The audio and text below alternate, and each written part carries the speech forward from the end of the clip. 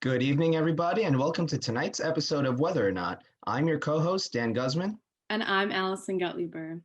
This week we won't have a normal episode of Whether or Not because this is our Thanksgiving episode, so we won't see our forecast, but we will start out with our nature in the news. I will start talking about researchers investigating giant holes in Greenland's ice sheets and how China launches a mission to the moon. And also for my Nature in the News stories, I will have a story on microplastics found in snow and water samples from Mount Everest, and also another one on a new study which has found mercury to be detected in some of the ocean's deepest trenches. Also in tonight's episode, Nick will have a feature on winter weather. We will also have a small feature on everybody's Thanksgiving traditions. But first, here's Nature in the News.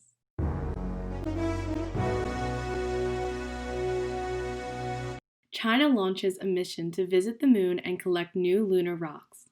The country is preparing to be the first country in decades to retrieve moon material from an unexplored part of the moon.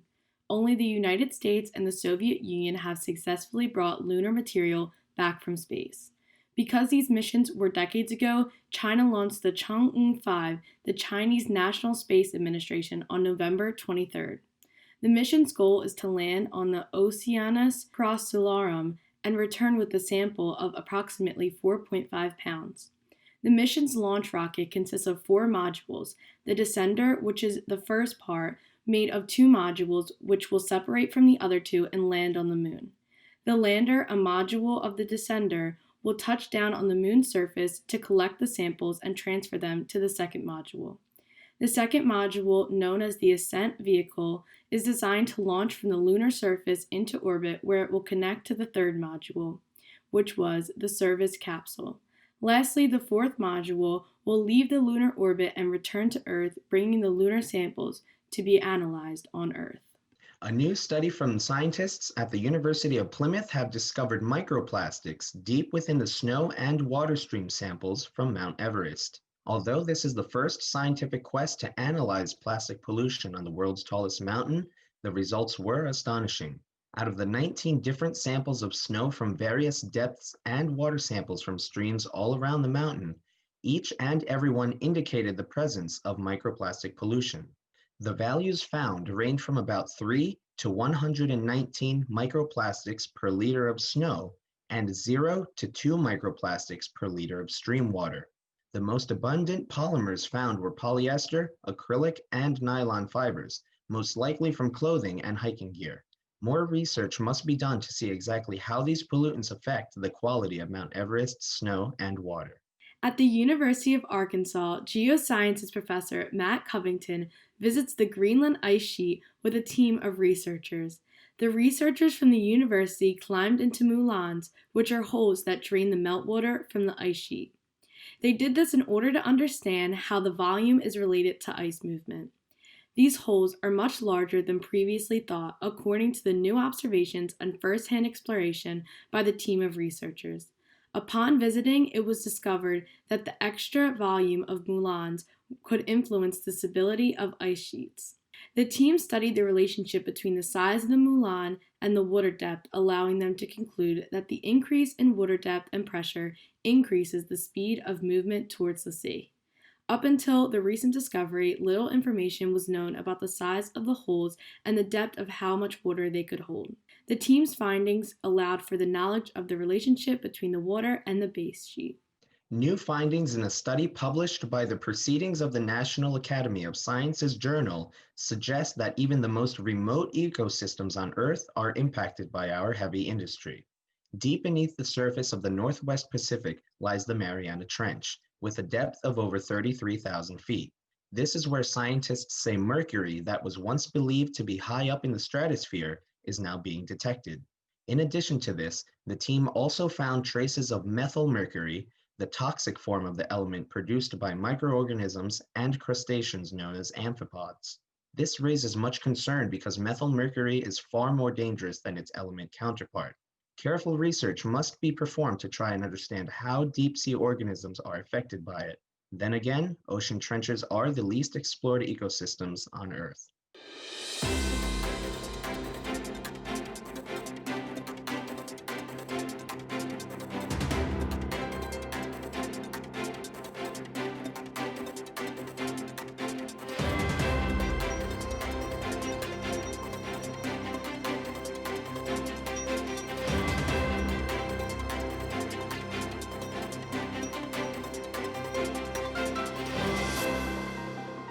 Frostbitten air, slick roadways, and white, fluffy, powdery snow.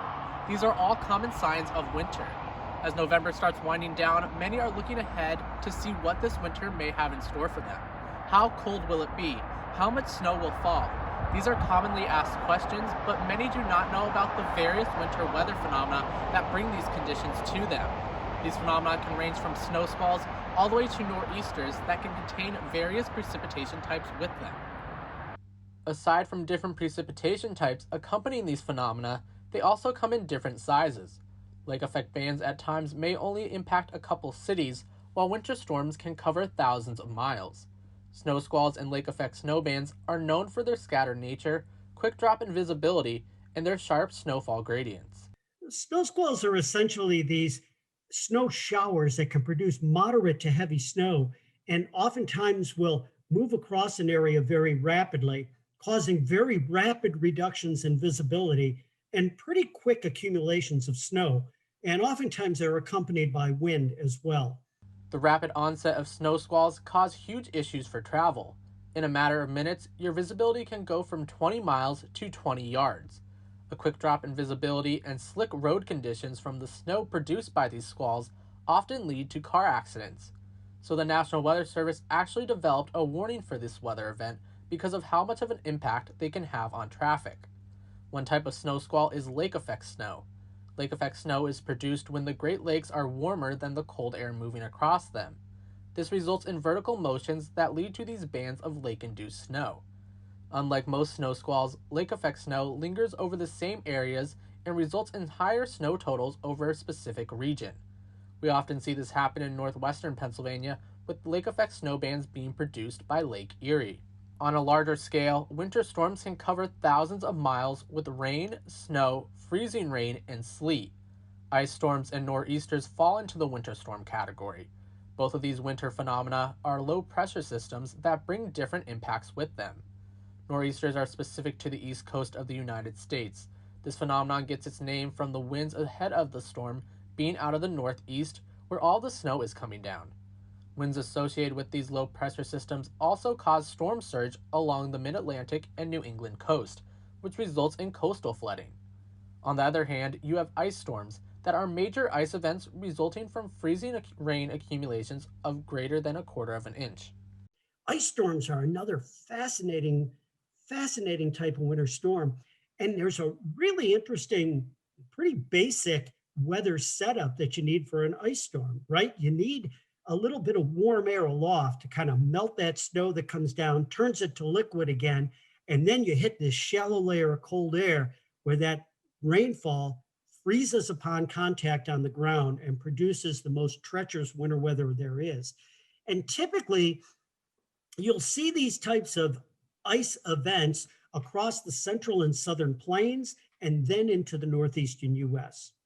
Another winter phenomenon that is common in the plains is blizzards. In fact, the northern plains is often referred to as Blizzard Alley. The definition for a blizzard is visibilities dropping to a quarter mile or less with winds at 35 miles an hour or more. Those conditions lasting for at least a 3-hour period of time in either snow that is coming down or snow that is on the ground and getting blown around, referred to as a ground blizzard. Blizzards can happen across the U.S. but are most common in the northern plains because of easy access to shallow cold air from Canada, moist air from the Gulf of Mexico, and low pressure systems moving off the Rocky Mountains. All of these ingredients lead to this dry, easily blown around snow to accumulate. Winter weather is typically not the first type of weather to pop into a person's head in terms of devastation. There is a reason for this. Winter weather won't blow your house off its foundation like a tornado or completely alter coastlines like hurricanes. Winter weather impacts the travel the most, so if you hunker down in your house, you will usually be fine. Although winter weather can still be quite damaging. One, if not the most damaging type of winter weather, is ice storms. From the standpoint on average, ice storms typically produce the most damage, and it's typically in the form of utilities, power lines, trees coming down. Power outages after ice storms pose a serious life-threatening risk, as a lot of winter weather fatalities occur from generators being too close to a house or even indoors. When facing not only ice storms but all types of winter phenomena, It is important to stay safe and be prepared. Make sure the antifreeze in your car can handle low enough temperatures, you have snow tires on your vehicles, and your windshield wiper fluid is filled up. A winter survival kit in your car is also important to have. You better have your winter survival kit in there, and that means having extra warm clothes. I even carry a little charger in there, a little charging block that I have charged up for my cell phone that's in there, and I'll go and check it every once in a while and recharge it. Make sure you have a bottle or two of water in there, extra blankets, um, all of what you might need to survive in case you do get stuck in your vehicle. A flashlight with extra batteries in it. Those are the types of things that you want to have, and a little extra food as well. Also, make sure to tune into your local weather forecast. Weather forecasts have come a long way over the years, and winter weather forecasts are quite complex because of the various precipitation types that come with these phenomena. Determining where that rain and snow line may lie is quite a difficult task. In the end, you will be happy that you are prepared and set for whatever Old Man Winter may want to throw at you. For Whether or Not, I'm Nick Guzzo. Thanks, Nick. Obviously, Thanksgiving is going to look a little bit different this year than the ones in the past. So we're going to look to our team members to hear about their favorite Thanksgiving tradition. Dan, do you want to start us off? Yeah, so my favorite Thanksgiving Day tradition is actually having the entire family come to my house, and they are each responsible for bringing a different dish of food. So I'm really looking forward to what they bring this year. That sounds awesome. My favorite Thanksgiving tradition is when my family is done eating dinner, we play a competitive game of Pictionary, and it's all a lot of fun. And now let's hear from some of the other team members. So for my family and I, it's not a Thanksgiving meal without some gravy and stuffing, amongst many other things, of course. After the meal, my mom bakes up some amazing apple pie, which I absolutely love. And then we watch some football and Christmas classics like Elf and the Jim Carrey version of The Grinch. My favorite Thanksgiving Day family tradition would have to be watching the Macy's Thanksgiving Day Parade with my family, and then after watching the National Dog Show.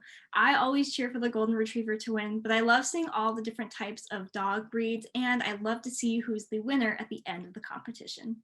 So what I love about Thanksgiving, my favorite tradition, going to my cousin's house, and about 35 of us get together, gather, we'll watch football, eat delicious food. Everyone just really will catch up. It's really nice to see everyone together in one place again. Unfortunately, COVID will ruin that this year, but it is something I look forward to every year. My favorite Thanksgiving tradition is each year me and my family make those hand turkeys, but on each finger you have to write down something that you are thankful for. And I feel like that's something that's really important to do this year, especially with how rough of a year it's been for everyone. And I think it's always good to look at the positives when you're going through something really negative. Now back to our whiz quiz question. Lake effect snow forms when blank air moves over blank water. Is it A, cold air and cold water, B, cold air and warm water, C, warm air and cold water, or D, warm air and warm water? And the answer is B, cold air and warm water. Yes, and those are the two most important ingredients necessary for a lake effect snow. And around central Pennsylvania, we did have some lake effect snow flurries and some light snow showers, but we really are hoping for some real accumulations this season. We're going to hope for it, but it's not going to be likely with our winter weather outlook. For Pennsylvania, we'll most likely see some above average temperatures, but not too much snow going forward, but we can hope. And that's all the time we have for tonight's episode of Whether or Not. I'm your co-host, Dan Guzman. And I'm Allison Gutleber. Have a great evening and a great holiday.